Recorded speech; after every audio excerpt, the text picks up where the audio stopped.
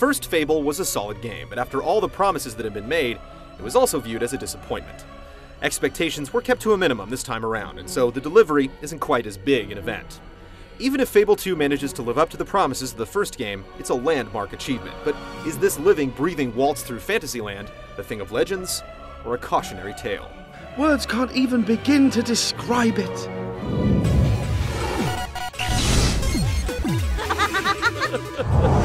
We live in grim times indeed, if the young are too world-weary to believe in magic.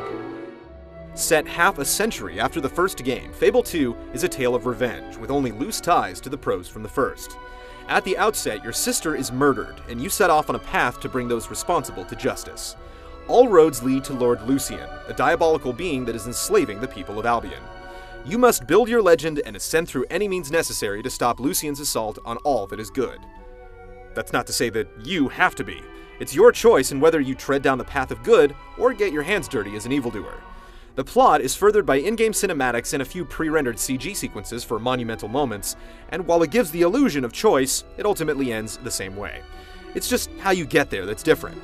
Even so, in the days of far too many bald space marines wiping out alien hordes, Fable 2's attempt at a non-linear story is refreshing. He's a bit silly, isn't he? But this could be fun.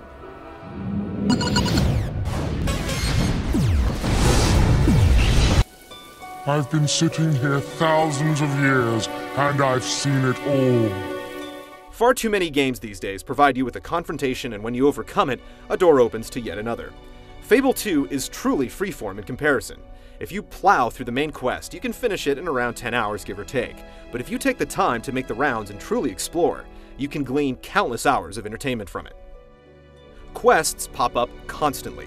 Whether it's clearing a road of bandits or rescuing slaves, it's your choice in what order you tackle them. The more time you spend on side missions, the easier the main quest becomes as you build your skills in melee combat, magic, and ranged weapons with each victory or discovered treasure chest. There's a simple warp system in place that will get you close to each destination, yet you'll still tire of running down the same pathways en route to the next objective. Very little grinding is involved. There are a couple points where a certain level of renown is required, but otherwise, you're free to develop your character however you choose. Getting lost is practically impossible, since a magical trail always guides the way. Like the first game, the decisions you make alter how people in the world perceive you. Kill an innocent and rob him of his gold, and you'll hear it from the townsfolk. Walk the path of the righteous, and you'll buy items and weapons on the cheap. It's well balanced, no matter which path you take. Yeah! Look at you go! Excellent! Love it! Like most role-playing games, success depends upon how you manage your money, weapons, and potions, but there are much deeper levels than that. Socializing is important to build your reputation, though the way it's handled is rather shallow.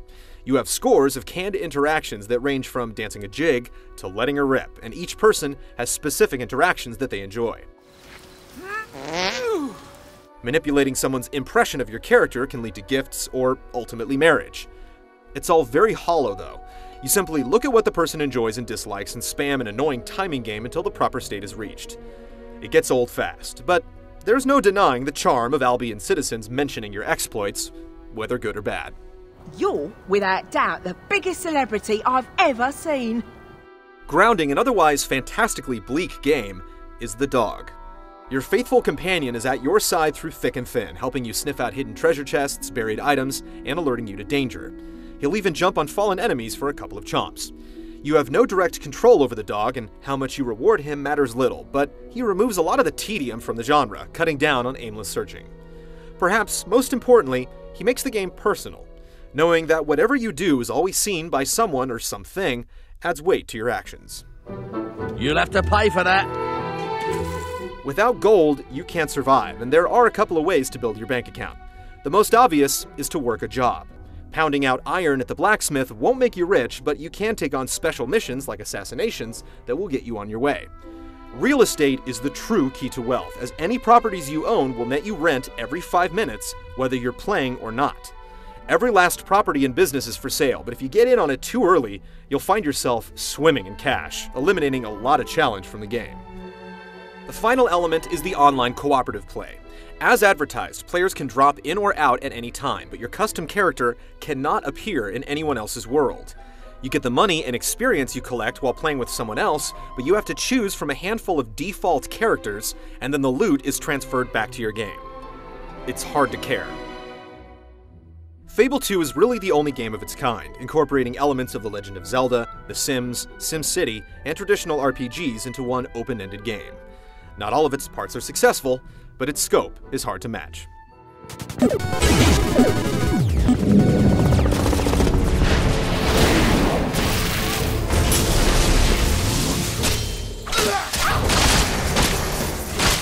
When you're juggling 3 different styles of combat, the interface has to be elegant, and Fable 2 manages to streamline what could be a complete mess. The X button is mapped to melee, the Y button is for ranged weapons, and the B button sparks of magic. That's the basics, and just about anyone can come to grips with it quickly. There are nuances to each, though. When you first begin with ranged combat, you use an auto lock-on, but as you upgrade, you're able to aim in first person. When you begin with the basics of close quarter skill, you eventually upgrade to combos, charged attacks, and parries. The melee is responsive, quick, and deep enough to remain fun. You'll be buying, selling, and using all manner of cleaver, hammer, and sword, and firing ranged weapons like crossbows and flintlock pistols. Augments can be used to imbue some weapons with special power, and overall, it's hard to fault the arsenal. Magic is easily the deepest of all 3 combat mechanics. Each spell can be upgraded to 5 different levels. The longer you hold the B button, the more powerful the attack. And there's a simple tree that allows you to slot specific spells to each power level, providing for a lot of flexibility. Our favorite combination was starting with a slow time spell to stop the enemy's attack, then casting Raise the Dead to distract them with ghost enemies, and then following up with a high-level attack spell like Shock.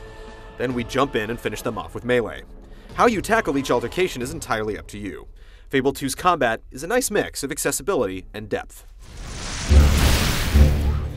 The problem is that once you master it, the game fails to put up a fight. We didn't even die in the entire first half of the game. When you do perish, the punishment is far too lenient. You lose a little experience, take a scar, and then pick up the battle right where you left it off. You never run out of magic, so you can use it as a crutch when things get dicey. Eventually, we started completely ignoring our health level, hoarding potions for some ultra-difficult section that never came. It doesn't help that there are just a handful of enemy types, and the few bosses that are in the game are all defeated the same easy way. Whether you end up purity incarnate or a bastion of depravity isn't easy to control. Fable 2 does a good job of putting you between a rock and a hard place, and it's one of the few games that makes you think about the ramifications of your actions. Sometimes the gray areas are a little too gray, but it only makes multiple plays worthwhile. Fable 2 is a complex game made easy. It may seem intimidating, but even novice players will find little resistance. If you're a seasoned player, you'll wish for more of a challenge, but the combat provides enough depth for experimentation that your interest won't fade.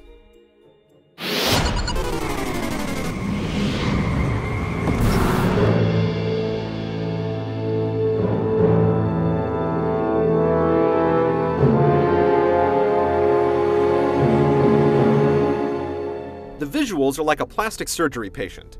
It all looks great from afar, but when you get up close, the flaws are exposed. On a technical level, it's not going to turn many heads, but it has its moments.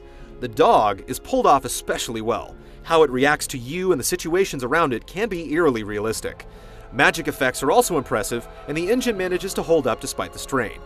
The art design is also a win. The theme is at one moment charming and the next foreboding, yet you always feel like you're traveling through one consistent world. The people don't fare as well. Though there are dozens of them on screen at once, the character models are blocky and feature minimal animation.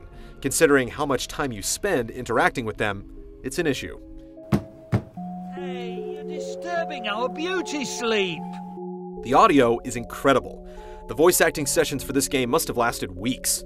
Each citizen of Albion has something to say based upon how you're playing and how you're interacting with them, yet few lines are misread.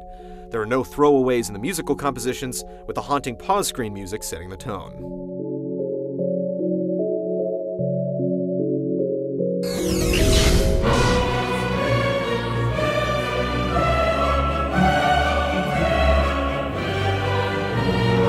Fable 2 is a game with heart, and there are so few of them released these days. It'll make you think, and take you beyond bloodlust, yet you can satisfy that too if you wish. It's far too easy, the social and job aspects are a drag, and the main quest ends just when it seems to be getting started, but when you return to town and the people are abuzz of your exploits, much is forgiven. It's a more refined version of the original that still hasn't lost all its warts, but it manages to channel many separate ideas into one enjoyable whole.